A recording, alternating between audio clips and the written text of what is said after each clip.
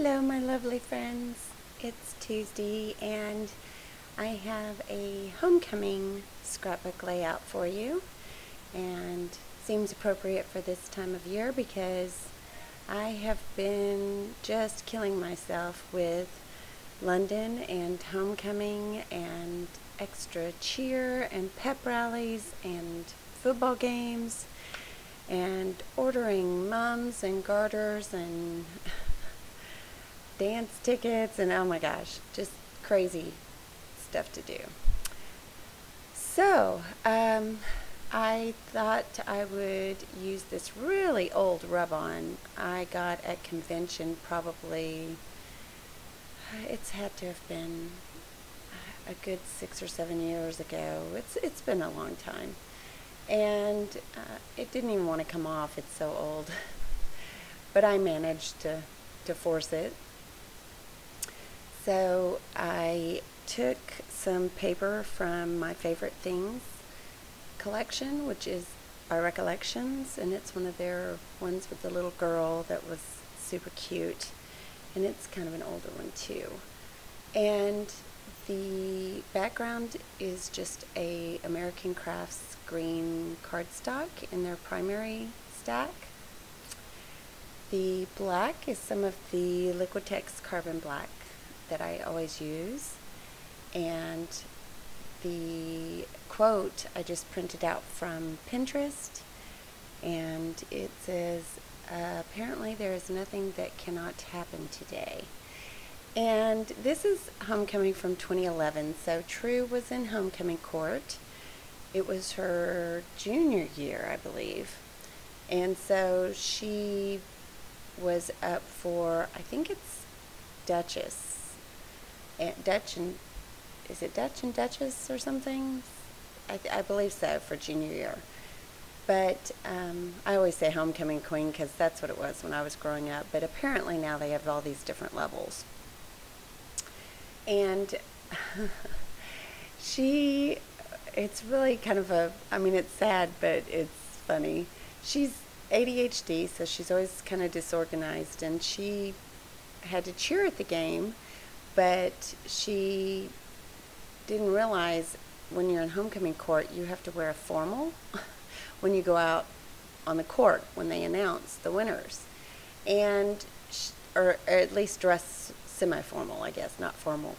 But she was, I guess she didn't pay attention, or her ADHD kicked in or something, and so she was in her cheer uniform and didn't have a change of clothes and just went out there in her cheer uniform, and that was the first faux pas.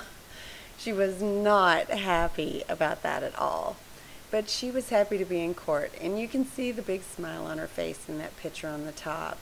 She thought she had it, she was so popular in school, and everybody told her she was going to win, she was a shoo-in. And I don't know what it's like other places, but here, when I was a kid, it was a popularity contest. And I think to a degree it still is, but it seems like if you really, let's see, how should I put this? If you promote yourself a lot and really push to win, then you get votes. Well, my daughter is not going to do that. Either you like her or you don't. She's like her mother. Either you want her to win because you love her and support her, or you don't. And so she was never going to go around begging for votes, making banners and posters and all of that stuff that these other kids did. And there was it was so sad. There was a girl that was very adamant about vote for me, please vote for me, and she was handing out buttons and stickers, and she had posters all over the building, and so she won. And so my daughter quickly went from super happy out on the court, a little frustrated about not being in the right attire because she's very much into fashion, and she turned into all of a sudden this just shocked. It was like, oh my gosh, I'm so shocked. I can't believe everybody told me I was going to win and I didn't. And she really at first had no interest in winning, but the more people told her, you're going to win, you're a shoo-in, you've got this, the more she got excited about it. And she thought, wow, maybe I could win. Maybe all these people are telling me. And so when she didn't, she was just like, what? What happened?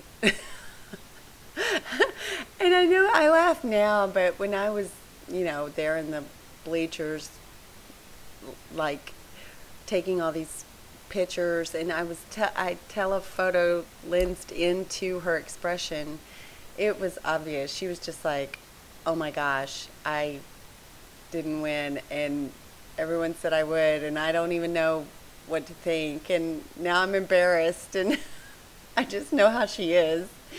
And so then I do another layout pretty quickly after this one. I'll try to do it next, actually, because it tells the rest of the story. It is the pictures of her afterwards with the look on her face like, what? What just happened? So it's pretty funny, actually. Now, in later down the road.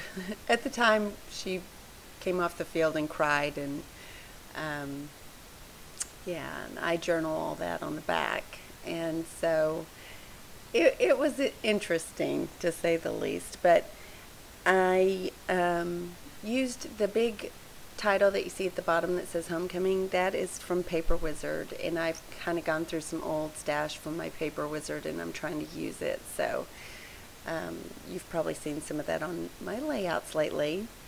And the little words are from Creative Imagination word stickers, and the labels, some of those are from the My Mind's Eye chalkboard collection, and the enamel dots are My Mind's Eye Follow Your Wings and Fly, and the flare is from a flare for buttons, of course, because I love and adore them. And then some of the other labels are the Studio Calico frames, and I can't remember who makes the rhinestones, but those are super old also. But oh, and here's my journaling. I just will tape to the back. So anyway, I outline everything with my trusty Secura pen, and I hope you enjoyed the layout and the story behind it. And I will talk to you later. Ta-ta for now. Bye.